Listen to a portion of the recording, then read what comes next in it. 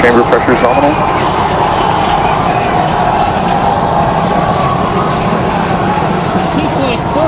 Seconds into the test flight of the inaugural Starship vehicle. Tower cleared, we're into pitch over. Propulsion reports first stage engines nominal.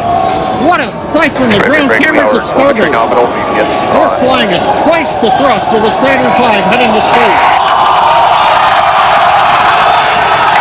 Acquisition of signal, surface 50. We're throttled down and throttled back up. Going through the period of maximum aerodynamic pressure.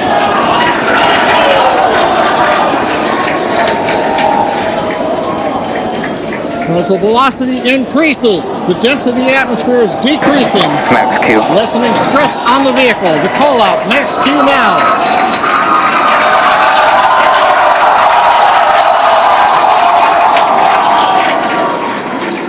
Continuing to watch the first stage as we head downrange.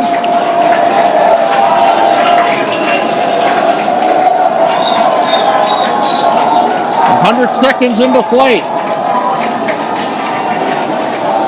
Our next major activity is going to be shutdown of the first stage. The Houston tracking station now acquiring the vehicle. With shutdown, we will get separation of Starship from Super Heavy and ignition of the Starship engines. When Starship separates, we light up 6 engines in a staggered sequence. And if all goes well, those 6 engines will burn for almost 6.5 minutes. Onboard view from Starship. And there's views of the Raptor engines on the second stage as we prepare for stage separation. Now after stage separation, the first stage will flip and begin a boost back maneuver for landing in the Gulf.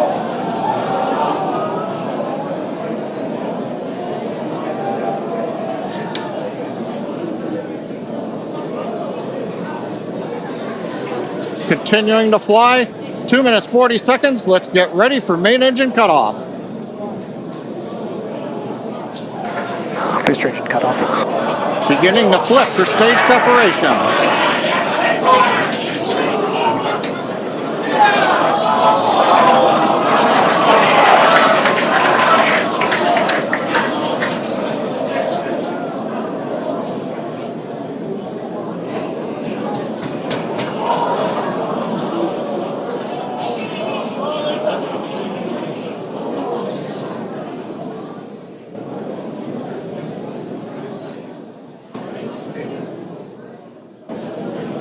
As of right now, we are awaiting stage separation,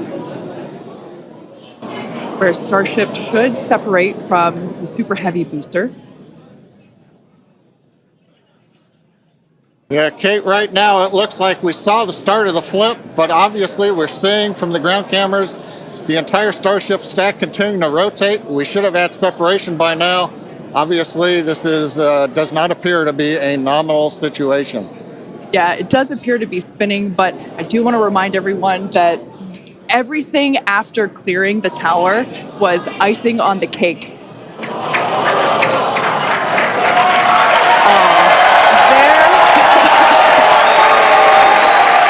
there, as you saw, as we promised, an exciting end to the Starship inaugural integrated test flight.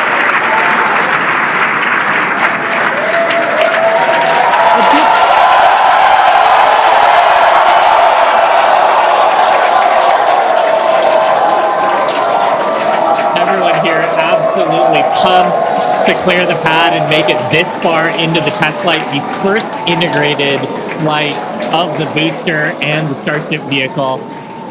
Live view there of our control center at Starbase, which we refer to as Star Command. As we said before, obviously we wanted to make it all the way through, but to get this far, honestly, is amazing.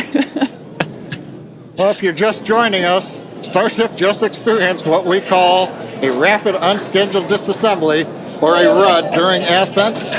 But now this was a development test. This is the first test flight of Starship, and the goal was to gather the data, and as we said, clear the pad and get ready to go again. So you never know exactly what's going to happen, but as we promised, excitement is guaranteed. and Starship gave us a rather spectacular and what was truly an incredible test thus far.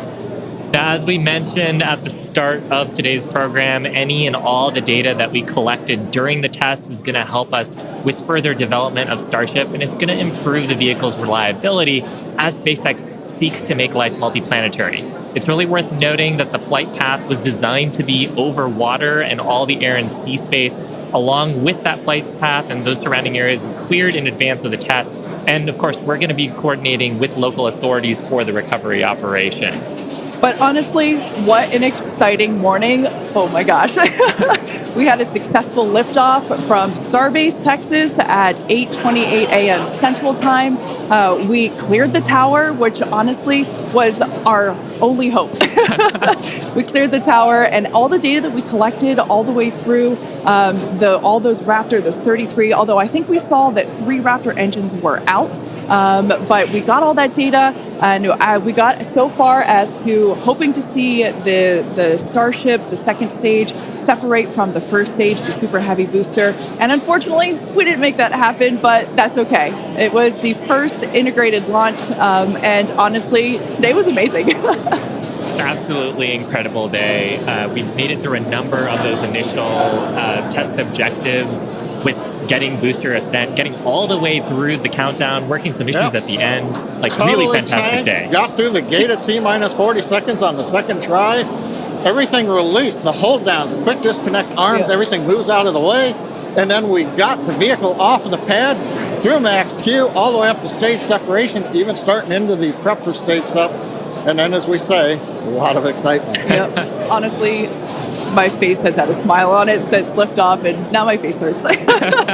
Now, since we don't have any insights on the cause of our rapid unscheduled disassembly at this point, we're going to end our webcast here. Teams will continue to review the data and work toward our next flight test. But before we go, a big congrats to the entire SpaceX team on an exciting first integrated flight test of Starship. And of course, a shout out to our viewers. We appreciate you joining us. And as always, we thank you for your interest in Starship, SpaceX, and your ongoing support. Till next time.